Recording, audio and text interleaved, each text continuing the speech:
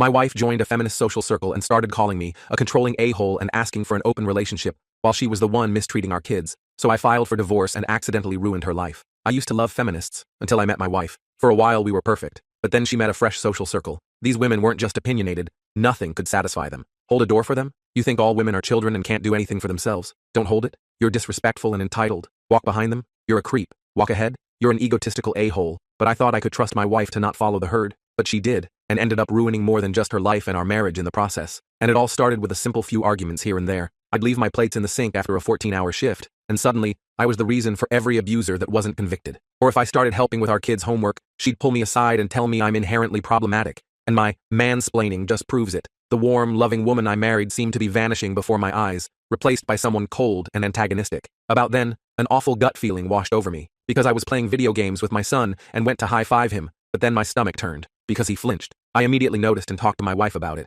and she told me I had a fragile male ego. Her reasoning was that our son wasn't actually flinching. I was just lying to myself to make myself feel stronger and more powerful than her, because I was insecure. So yeah, pretty confusing, and not at all reassuring. So from then on, I made sure to pay extra close attention to our daughter and son. Every day I watched as they slowly became less and less like their energetic selves, and more timid. My son even started wetting the bed at night. Well, I cared endlessly more about our kids' well-being than the state of my marriage, until one day, I came home early to a parked car in our driveway. My heart broke, but instead of confronting her, I drove off to a diner and came back a few hours later. I proceeded to ask her who she was bringing home when I was at work all day. My friends? Am I not allowed to have a life outside of this miserable house? My heart dropped. It suddenly became very clear that she didn't give an F about our family, and she was not the woman I thought she was. And as our children turned from more timid to actively fearful, I decided to take away one of her fundamental human rights. That right was her right to privacy. But when I checked her phone, most of the messages were deleted, and what remained was alarming. It was a conversation with one of her new friends discussing how Kayla should approach asking me for an open relationship. The friend advised her to ease into it and make him think it's his idea too.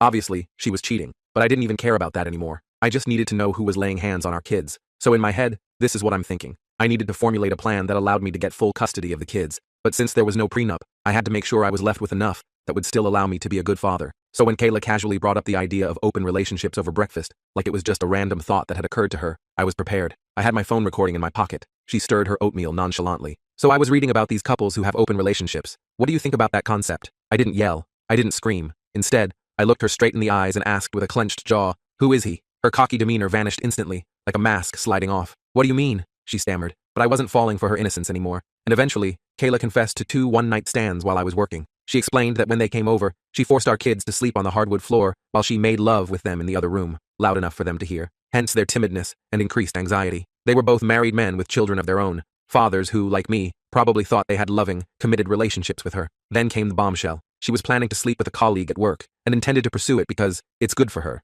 and I don't have any right to control her. The way she said it, with defiance rather than remorse, made it clear this wasn't a confession. It was a declaration of independence from our marriage vows. The absurdity escalated when she mentioned setting me up with one of her friends who was really keen on me. "She thinks you're hot," Kayla said, as though offering me some kind of consolation prize. I've seen this friend, perpetually angry, loud, and physically unpleasant. I wouldn't touch her with a 10-foot pole. My head was spinning, but I maintained enough composure to ask for her phone. With surprising compliance, she showed me her unlock pattern. While she used the bathroom, I locked myself in my office. She pounded on the door while I ran recovery software, uncovering painful evidence of explicit conversations, plans for meetups, and disparaging comments about me and our marriage. I also installed a monitoring app before returning her phone and telling her to leave. Her response wasn't remorse, it was indignation. She yelled about me being controlling, holding her back, like men always held women back throughout history. She claimed I never truly loved her, that I only wanted to possess her, that she had every right to do this, and expected me to just accept it as the new normal for our marriage. Through her tirade, I silently packed her things and stood at the front door until she ran out of steam and left for her parents' house. As she walked down the stairs, I said,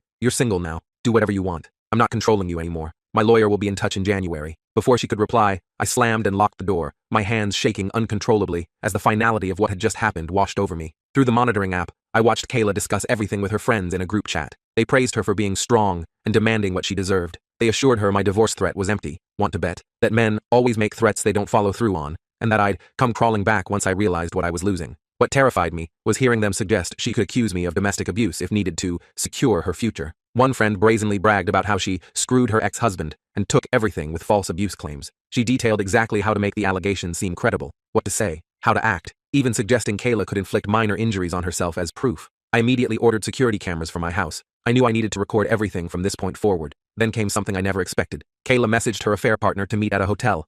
The message included the hotel name and room number. I quickly found the AP's wife online, connected with her on Facebook, and told her everything, including their current location. She thanked me and hung up abruptly. Hours later, she sent me a video from the hotel confrontation. "You fucking asshole! You do this to me again? To the kids again? I told you we were over if you ever did this again." She filmed my wife getting dressed on the bed. I vomited when I first saw that footage, the visual confirmation of my wife's betrayal hitting harder than any verbal confession. The AP's wife slapped Kayla and berated her for helping destroy yet another family. I messaged Kayla saying I'd seen the video and never wanted her near me again. My entire body felt cold, as though I'd been plunged into ice water. The woman in that video was unrecognizable to me, not just physically in that compromising situation, but fundamentally as a person. The way Kayla behaved afterward was bizarre, like she viewed our interactions as some competition she was winning. She texted friends that I was falling apart and would be begging her to come home within a week. She seemed completely disconnected from reality, not grasping that we were actually divorcing. There was no remorse, no acknowledgement of the pain she'd caused, just strategic planning for how to come out ahead in the divorce. I joined her family's WhatsApp group and informed them we were divorcing due to her infidelity,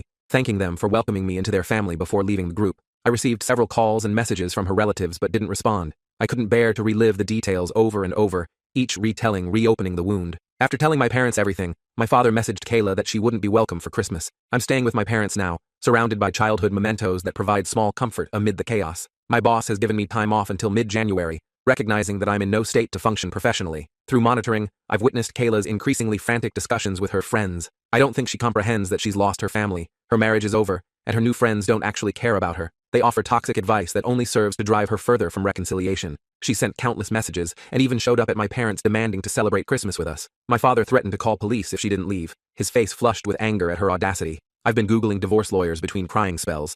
Initially, I think I was in shock, functioning on autopilot while making necessary arrangements, but the pain hit full force once I reached my parents' house. Nothing makes sense anymore. How could someone change so drastically? Was our entire marriage a lie? Was there something I could have done differently? I've only responded twice to her messages. 1. It doesn't matter what you say. I don't know who you are. You're not my wife. My wife would never destroy my heart and soul while smiling. We will get divorced. I don't care what you say or what you want. You have no right to demand anything from me ever again. We are over. 2. Like I said, you're not my wife. I don't know you. My wife would never condemn our children to growing up in a broken home. You, whoever you are, seem proud of what you've done. My wife was loving, caring, considerate, my best friend. You are a self-obsessed, self-absorbed abomination. The messages stopped after that. Perhaps reality was finally setting in. The pain is unbearable sometimes. I find myself staring at family photos, tracing the outline of Kayla's face, wondering if that person ever truly existed, or if she was always capable of this betrayal. I wish none of this had happened. I wish we could go back to before, but I can't do that to myself. This is the worst Christmas ever. In a moment of weakness, I told the kids that mommy doesn't want to be a family anymore, that she wants to be with other men,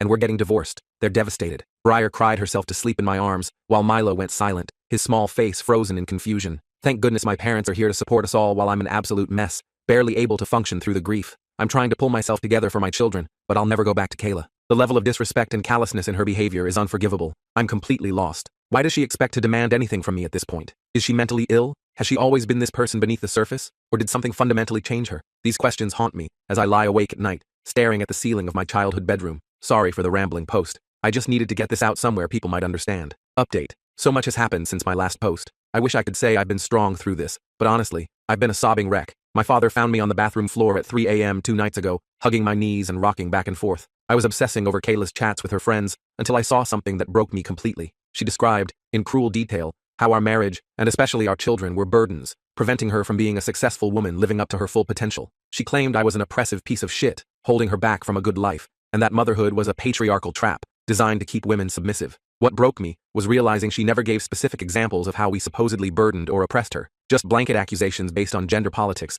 rather than our actual relationship. In reality, I've never stopped her from doing anything. I pay for everything. Her part-time job's minimal wage couldn't support anyone. I've backed her hobbies, dreams, and aspirations, even through countless classes she'd drop halfway through. I showed love and appreciation daily, romanced her, took her out, supported her whenever needed. I've been the primary caregiver for our children on many occasions when she wanted me time. If that's oppression, sign me up. I eventually passed out from emotional exhaustion. When I woke, my 3 best friends, let's call them JR, Jack, and Caleb, were in the kitchen with my dad making dinner. These guys have been there since childhood, through every major life event. JR is ex-military who lost his arm below the elbow in Afghanistan. We supported him when his wife abandoned him during recovery, unable to handle the new him. He arranged a Zoom call with his counselor who helped me understand what was happening emotionally. He explained how part of my identity was tied to my marriage and role as a husband. That part is now dead, and like an amputee experiences phantom pain, I'm feeling phantom pain from the dead part of my identity. As JR said, the marriage you thought you had no longer exists, and you're mourning it like a death, because it is one. Jack is an executive at a security company, well off, but mysterious about his actual job.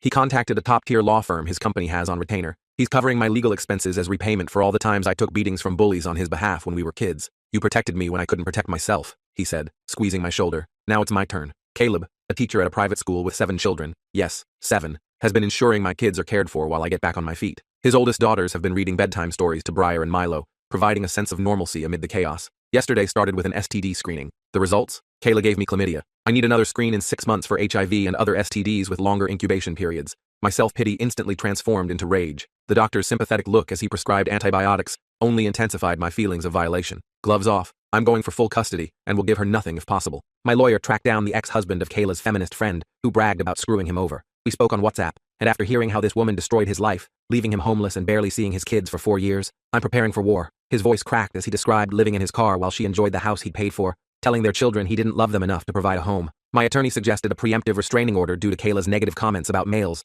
especially for our son's sake. Growing up with an openly anti-male parent is obviously damaging, so we're pursuing full custody. We're compiling evidence of her abandonment of the children, her unstable behavior, and her newly developed extreme views that could harm their psychological development. I had a Zoom call with Kayla yesterday. She hasn't reached out to me or the kids since appearing at my parents' door. She looked more dolled up than I'd seen in years, with excessive makeup and a plunging neckline that seemed bizarre for what should have been a serious conversation about our marriage dissolution. Throughout the call, she tried provoking me into anger. I stayed cool as my lawyer advised, even telling Kayla I was recording the conversation for my records. She started with some absurd statement about different types of penises and how she was looking forward to investigating more in person after restrictions lifted. Her eyes darted off camera occasionally, suggesting she wasn't alone. I simply replied that I wasn't interested in her hobbies, only in discussing our divorce and arrangements for the children. She became hostile when I wouldn't take the bait, calling me boring and pathetic. At one point she went to the bathroom, but merely muted herself while conferring with her friends about what to do next. I watched as she repeatedly cursed me out just for being a man, calling me all manner of slurs while her friends encouraged her aggression. When no progress was made after 45 minutes of this behavior, I concluded, okay fine, a contested divorce it is then. By the way, you gave me chlamydia, and unlike you, I haven't been sleeping with anyone else, so you better get yourself to the clinic. She just frowned like she didn't believe me, then claimed I must have given it to her, a ridiculous accusation since I've been faithful throughout our marriage. I sent the recording to my lawyer, who was shocked. This is gold for our case, he said. Since I own her phone and the subscription, we can legally use the chat logs in court. Her digital footprint will be her undoing. It still hurts, but I'm treating it as phantom pain now. I've abandoned self-pity, and am fighting to protect myself and my children. We'll get through this. My kids will get whatever therapy they need. Kayla will soon be a distant memory, and I'll build a better life. Update. 2 weeks later. People keep telling me I'm strong or winning somehow. Reading back my posts, I can see how my anger might make me seem defiant and sure of myself. The truth is, I'm not. I wish none of this had happened. I wish my family was intact, and I had a long, comfortable life ahead with Kayla as our kids grew up. Nobody wins here. I lose, Kayla loses, our kids lose most of all. Their world has been shattered through no fault of their own. It feels like people are congratulating me for losing both legs, but saving half a kneecap. I still can't sleep properly, and when I do, I have terrible nightmares that leave me drenched in cold sweat. I dream of Kayla with other men, laughing at me. I dream of my children crying for their mother while I stand helpless. Sometimes I wake up reaching across the bed for her, momentarily forgetting everything before reality crashes back. Today, the hospital called. I'm still Kayla's emergency contact, and she's still on my health insurance. There was an altercation. She lost teeth, broke her jaw, and needs observation for a few days. The nurse's clinical description couldn't mask the severity of the injuries. When I arrived with her parents, we learned some of her new friends had beaten her severely. Word got out that my lawyer had chat logs of the woman bragging about her ex-husband, the ones from Kayla's phone. They assumed Kayla had provided these logs, resulting in the beating and her being kicked out of their circle. The irony wasn't lost on me. The very people who had encouraged her betrayal had turned on her with shocking violence. Amazingly, she still doesn't realize I'm monitoring her phone. I'll continue paying for her insurance and phone until the divorce is finalized. I just won't believe it's over until I'm holding the papers. There's a part of me that still wants to protect her, despite everything. 11 years of love doesn't disappear overnight, even when betrayal shatters the relationship. Kayla has nothing now. She asked if she could move back home, her voice muffled through her wired jaw. I simply told her, no way in hell. Her mother won't give her a penny unless she gets clean and stays clean for at least a year. They offered to let her live with them under strict conditions. No phone, no visitors, mandatory counseling. For the first time, I saw a glimmer of regret when she said, I'm sorry I ruined everything, but I don't think it's genuine. She barely looked me in the eyes, focusing instead on the hospital wall behind me. Despite everything, it hurt seeing her like this. I wanted to protect her, but she's an adult whose behavior is dangerous and erratic. I need to protect my kids. Strangely, she didn't ask about the hearing or her critically injured friend. She just sat there, seemingly irritated by our presence rather than grateful for the support. Her father's face was a mask of disappointment and confusion, the same expression I've worn for weeks now. I still don't understand what happened. She destroyed her family and caused immense pain for, what? A buzz and random sex? I'm going completely no contact until she's been clean for a long time. I can't handle this craziness. Update. 1 month later. Many people have messaged asking for updates. I was going to post yesterday but lacked the energy. I'm depressed and exhausted, barely sleeping, and plagued by nightmares when I do. Some days I can barely get out of bed, forcing myself to function only because my children need me. The good news, my kids are doing better. My dad has been incredible. We went skiing at his cabin this weekend, just him, me, and the kids. It was wonderful watching them learn, their faces flushed with excitement as they mastered the bunny slope. For brief moments, I could almost forget everything that's happened. I have no contact with Kayla now. I did speak with one of her friends, the one who was in critical condition. She woke up, but is in terrible shape. Her nurse mentioned that no one had visited her. Her family refused to see her. The ward was eerily quiet, just beeping machines and the smell of antiseptic. Worried that whoever attacked Kayla might come after me and the kids, I asked to speak with this woman. She bizarrely opened our conversation by offering sexual services for $20. Her eyes were vacant, her skin pallid and marked with bruises. I countered with $50 for information instead. What she revealed was devastating. All these feminist friends are hardcore drug addicts. One of them, the one who bragged about destroying her ex, brought Kayla into their group against the others' wishes and introduced her to drugs. They sell sexual favors for drug money, hiding behind feminist rhetoric to protect their imagined egos. Kayla bought into the ideology first, but quickly became addicted to meth. Eventually, she too began selling sex for drug money. Learning that the woman I loved more than anything had become a prostitute to fund her addiction destroyed me. It explains why she only wanted money from our divorce. Each revelation felt like another knife to my already wounded heart. No one visited this woman in hospital because she's stolen from, cheated, abused, and lied to everyone in her life. She told me, without blinking, how sad she was to have survived. She has no hope for the future. I cried listening to her story, not for her, but for what happened to Kayla, for the horrific decisions that led her down this path of self-destruction. I'm not excusing Kayla's choices. She decided to play with fire and lost everything, but understanding her addiction explains much of her bizarre behavior, the personality changes, the irrational anger, the complete disregard for those who loved her. Many Redditors with experience with addicts warned me Kayla might attempt suicide as her life collapsed. They were right. She tried to overdose deliberately. I discussed this possibility with her father, and we decided to monitor her closely. While at the cabin Saturday, I received what read like a suicide note. She confessed to her addiction and prostitution, said she'd let everyone down, and suggested she was taking the only option left. The words were rambling, disjointed, but the intent was clear. I immediately called her father and shared her location from the monitoring app. He found her unconscious on a park bench and rushed her to the hospital. She was hypothermic and barely alive. If he'd arrived even slightly later, I can't bear to think about it. Despite everything, I didn't want her to die. The mother of my children, the woman I once built a life with, I wanted her to heal, even if we could never be together again. They've put her on methadone, and her father has been appointed her legal guardian after proving she abandoned her children, which apparently demonstrates mental incompetence more clearly than a suicide attempt. She'll undergo sedated detox at a rehabilitation center this week. The doctors warn the road to recovery will be long and difficult, with no guarantees. Thankfully, I hadn't canceled her life insurance yet, so treatment is covered. I've offered to help with finances as long as Kayla isn't told I'm involved. Not out of kindness necessarily, but because her recovery is vital for our children to eventually have some relationship with their mother, a healthier, sober version of her. I was terrified the men who attacked Kayla would come after me and the kids, thinking I had provided the incriminating chat logs. Jack's friend Brandon, who benefited from those logs in his divorce case, decided to fix this. Brandon is an intimidating mountain of a man who grew up on a farm lifting hay bales and wrestling cattle. Despite his frightening appearance, tall enough to duck through doorways, crew cut, facial scars from a childhood accident, he's actually patient and kind. He visited the attacker's apartment, grabbed them by their necks, and gave them two options: go to the police and confess to the assault, or face him and suffer painful permanent injuries. They couldn't get to the police station fast enough. I found a new apartment and will be moving soon. Jack helped arrange it. It's smaller than our family home, but it has enough space for the kids and is in a good school district. I've been slowly decorating their rooms, trying to create a space that feels safe and welcoming. Despite everything, I'm profoundly depressed. What keeps me going is my friends,